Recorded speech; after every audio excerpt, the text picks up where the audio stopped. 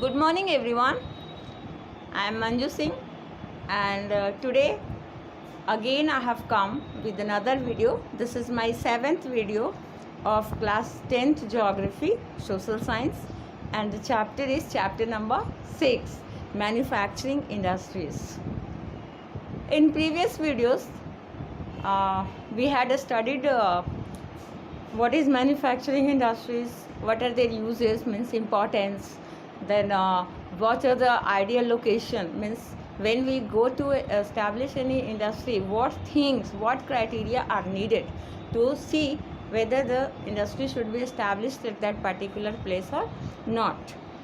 Then you can take out your books before listening or before viewing the videos. You take out your books so that your confusion should be avoided.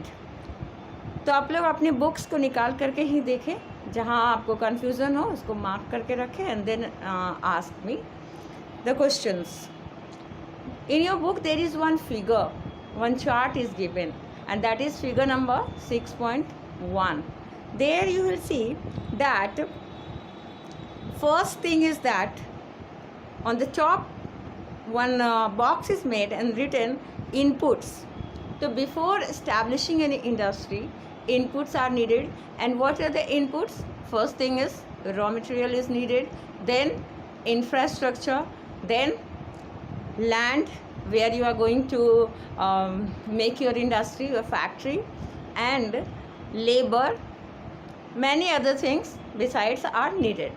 But for this, for getting input लगाने के लिए हमको चाहिए पैसा. सबसे पहले चाहिए money चाहिए पहले तो लगाने के लिए, और फिर लास्ट में मनी चाहिए सामान बेच करके उसके लिए भी.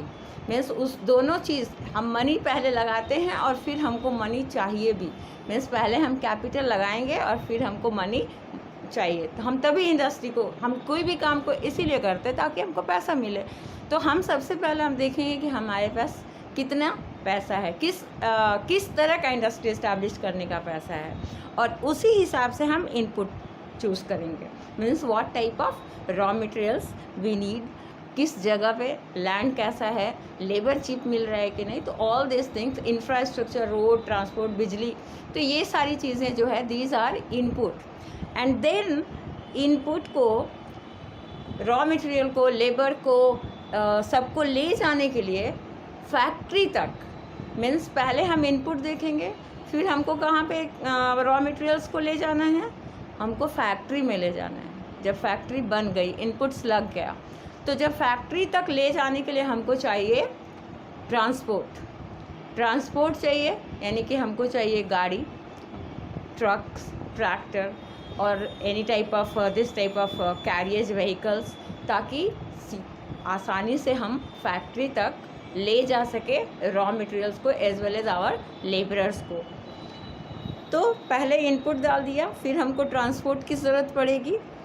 उसके बाद फैक्ट्री में पहुंच गया. फैक्ट्री में पहुंचने के बाद जो गुड्स है ये तुमको लाइन से दिया हुआ है, इसको देखना है. फिर जब फैक्ट्री में पहुंच गया रॉ मटेरियल्स, तो वहाँ पे जो लेबरर्स हैं, what they will do, they will use the raw materials and manufacture goods. And after these manufactured goods are known as output. जब मैन्युफैक्चर हो गया, जब सामान बन गया, तो एक बार फिर हमको क्या करना है, ट्रांसपोर्ट के यूज़ करके उसको मार्केट तक ले जाना है. मार्केट में जब फिनिश्ड गुड्स हो गया तो उसको मार्केट ले जाएंगे और मार्केट में जा कर के उसको सेल किया जाएगा. तो सबसे और क्या चाहिए, सेल करने के बाद हमको पैसा चाहिए, मनी चाहिए. तो सबसे पहले हम लोग मनी इन्वेस्ट किए और फिर हम बेच करके गुड्स को मनी लिए. यानी कि इंडस्ट्रीज इस्टेब्लिश हुआ, और इंडस्ट्रीज के गुड्स बनने के बाद इंडस्ट्री इस्टेब्लिश करने के लिए पैसा चाहिए. मगर जब इंडस्ट्री इस्टेब्लिश हो गया और वो मार्केट में गुड्स चले गए, finished goods, products which were manufactured, then we again need money. हम पैसा से ही उस सामान को बेचेंगे लोगों को. तो मनी को देखना कि दोनों तरफ से उसका निशान करना है, और मीन्स इनपुट्स के लिए भी चाहिए एज वेल एज मार्केट में जाने के बाद भी चाहिए। तो is this figure clear? Means somebody had asked this question, so I am asking all of you to see this. Means what things are needed and how important industries are and how important money is. Means money पहले भी और money बाद में भी, यही बताया गया है इसमें। फिर हम लोग पढ़े थे कि किस तरह की क्राइटेरिया जो है वो ज़रूरी है, क्या क्या चीज़ें ज़रूरी है इंडस्ट्री इस्टेब्लिश करने से पहले, कहाँ पे हम इंडस्ट्री इस्टेब्लिश करें। तो first thing, if you are going to establish sugar industry, तो तुमको क्या चाहिए? सबसे पहले तो हमको लैंड तो चाहिए ही, हमारे पास पैसा भी होना चाहिए, हमारे पास में ये जो जगह है जहाँ पे हम इंडस्ट्री लगा रहे हैं वहाँ से जो शुगर केन का प्रोडक्शन हो रहा हो वो नज़दीक हो, ताकि आने जाने में ज़्यादा शुगर केन सूखे नहीं, या फिर कोई भी अदर रॉ मटेरियल्स के साथ भी यही थिंग है कि अगर आप इंडस्ट्री को जहाँ इस्टेब्लिश करते हैं उससे बहुत ज़्यादा दूर पे रॉ मटेरियल्स नहीं हो। ऐसा होने से क्या होता है कि कॉस्ट जो है वो ज़्यादा पड़ जाता है। तो जब हमारा कॉस्ट ज़्यादा पड़ जाएगा तो फिर हमको फ़ायदा कैसे होगा? तो हमको फ़ायदा नहीं हो पाएगा या बहुत कम होगा। तो first thing is that raw material की अवेलेबिलिटी होनी चाहिए प्रचुर मात्रा में, मीन्स बहुत। Then cheap labour and skilled labour, means कि डेंस, जहाँ पे पॉपुलेशन डेंस है वहाँ पे आपको इंडस्ट्री लगाने की ज़रूरत है, so that labour should be available as well as you will get cheap labour there. तो लेबर, उसके बाद वाटर चाहिए, वाटर की अवेलेबिलिटी, क्योंकि वाटर जो है वो बहुत ज़रूरी होती है मशीन्स को कूल करने के लिए, पानी की बहुत ज़्यादा ज़रूरत पड़ता है। देन मशीन को कूल करने एज वेल एज मशीन को साफ़ करने के लिए भी। उसके बाद क्या ज़रूरी है, ये देखना ज़रूरी है कि पावर सप्लाई, जो बिजली है वो एरेटिक तो नहीं है, रेगुलर है या नहीं। फिर ट्रांसपोर्टेशन देखना है। तो all these things are important for the establishment of industry.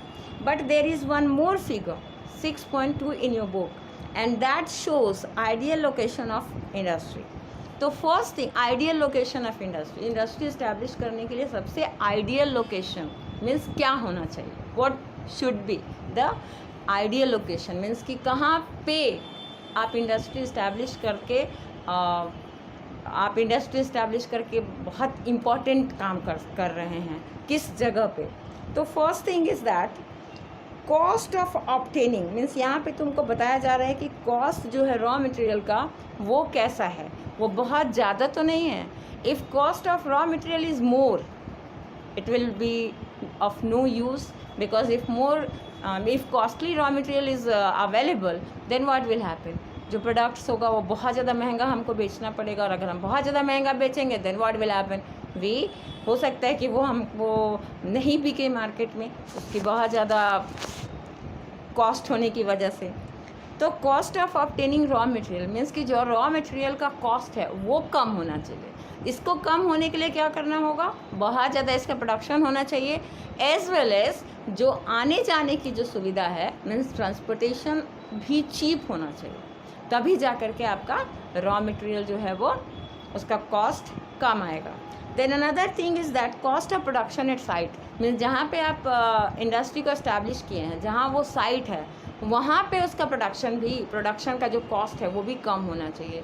यानी कि जो लेबरर्स है they should be skilled but they should be cheap also, means बहुत ज़्यादा लेबरर को अगर वेजेस देना है तो फिर ये तो वही वाली बात हो गई कि हमको गुड्स को बहुत ज़्यादा कॉस्टली बेचना पड़ेगा। तो ये भी देखना है कि जो साइट है वहाँ पे हमको प्रोड्यूस करने में बहुत ज़्यादा प्रॉब्लम नहीं आ रहा हो। उसके बाद देखेंगे कि डिस्ट्रीब्यूशन जो है, जो मार्केट है, वहाँ पे उस चीज़ की कितनी ज़रूरत है, जो इंडस्ट्री हम लगा रहे हैं वहाँ पे मार्केट जो है वो कैसा है, वो इंडस्ट्री में जो गुड्स बन रहे हैं उसके लिए वो मार्केट सही है कि नहीं, मीन्स वहाँ पे वो बहुत ज़्यादा बिकेगा कि नहीं।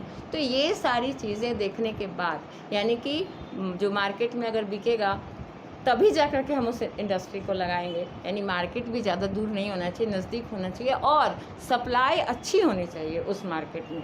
तो ये सारी चीज़ों को जब हम देखेंगे तो हम वहाँ पे डिसाइड करेंगे कि इसी जगह पे हमको इस इंडस्ट्री को इस्टेब्लिश करना है, यानी कि लोगों को उसकी ज़रूरत हो, फिर काम करने की भी ज़रूरतमंद लोग को काम भी मिल जाए, यानी उसके बाद में जो रॉ मटेरियल्स है वो भी अवेलेबल हो जाए। ये सब यानी कि फर्स्ट थिंग इज़ दैट कि रॉ मटेरियल सस्ता मिल जाए, लेबर जो है वो भी सस्ता मिल जाए, और आसपास के एरिया में जो हम बना रहे हैं, जो गुड्स बना रहे हैं, वो आसपास के एरिया में बिके। ये सारी चीज़ों को देखते हुए हम क्या करते हैं, डिसाइड करते हैं कि फैक्ट्री को यहाँ पे लगाना है। तभी जा कर के ये आइडियल हो पाएगा कि हाँ ये जगह पे फैक्ट्री अच्छे से वर्क कर रहा है। अदरवाइज़ ये आइडियल प्लेस नहीं होगा। यानी कि अगर कहीं दूर से रॉ मटेरियल आ रहा है, कहीं बहुत दूर वाले मार्केट में फिनिश्ड गुड्स को भेजना है, बहुत दूर दूर से लेबरर्स को मंगवाए हैं, जो कि लेबरर्स जो है they are very expensive labourers, बहुत ज़्यादा पैसा उनको देना पड़ा, तो these things are not needed. Means if these things are there for the establishment of, before establishing industry, then what will happen? We won't be able to establish good type of industry. They will not give benefit, they will be harmful, they will give us losses, not benefits. So this was figure 6.2. We have learned figure 6.1 and 6.2. I think you would have understood. Now another topic is that contribution of industry in the national economy, यानी कि देश के अर्थव्यवस्था में, यानी कि देश के इकोनॉमी में, इंडिया के इकोनॉमी में इंडस्ट्री का कितना जीडीपी जाता है। तो बहुत दिनों से इंडिया के इंडस्ट्री से 27% जीडीपी जा रहा था, बहुत दिनों से, तो 2-3 डिकेड से, मीन्स 20-30 साल से जा रहा था इंडिया के जीडीपी में 27%। कब तक? 2003 तक, यानी कि 1983 से 2003 तक 27% जीडीपी आ रहा था इंडिया में इंडस्ट्रीज से। मगर इसमें से 27% जीडीपी तो आ रहा था, बट इसमें से 10% जो है वो आ रहा था माइनिंग से और क्वायरिंग से। तो ये माइनिंग और क्वायरिंग ऐसे भी इसको आप सेकेंडरी सेक्टर में नहीं रख सकते हैं, because mining and enquiring comes under primary sector, जहाँ से मिनरल्स को निकाला जाता है, कोयला को निकाला जाता है, पेट्रोलियम निकाला जाता है। तो 10% इससे आ रहा था, ओनली 17% जो है वो इंडस्ट्रीज से आ रहे थे, जो कि बहुत कम था। Means some of the Middle East Asian countries जहाँ पे ऑयल प्रोड्यूस होता है, उन सब से हम लोग का बहुत कम जीडीपी था। But after 2003 we are seeing that the production and is more and the industries of our country, हमारे यहाँ प्रोडक्शन भी ज़्यादा हो रहा है, एज वेल एज इसके साथ साथ हमारा जो जीडीपी है it is also increasing. Means जहाँ 27% था, वहाँ अब उसमें 7 से 9% का इजाफा हो गया, मीन्स कि बढ़ गया है। और इसको देखने के लिए कि ये इंडस्ट्रीज आर वर्किंग नाइसली और नॉट, इंडस्ट्रीज आर इम्प्रूविंग और not, one organization has been set up, and that organization's name is National Manufacturing Competitiveness Council, NMCC. And what is the work of this NMCC? Its work is to observe whether our industries are improving or not. Okay, then we had also learned that classification of industry means industries are classified, means divided into categories. First, it is divided on the basis of raw material use. First one was agro based industry on the basis of raw material use. Raw material के आधार पे किस तरह का raw material use करता है, उसके basis पे 2 भाग में इंडस्ट्री को डिवाइड किया गया है। One is agro based industry, means वैसे इंडस्ट्री जिनको रॉ मटेरियल्स मिलते हैं एग्रीकल्चर से, like jute industry, cotton industry, sugar industry. And another one is mineral based industry, यानी जिनको मिलता है रॉ मटेरियल फ्रॉम माइनिंग, खदान से मिलता है, अर्थ से जो अंदर से डिग आउट होता है वहाँ से मिलता है। तो इसमें हो गया तुम्हारा petroleum industry, jewellery making also, gold वगैरह का, कॉपर का, सब सिल्वर का, जिसका भी ज्वेलरी बनता है, ऑयल रिफाइनरीज। तो all means on the basis of raw material used, they are divided into, our industries are divided into two, agro based and another one is mineral based. Now in next video we'll see some other types of industry. So keep learning and stay home, keep yourself safe. Thank you.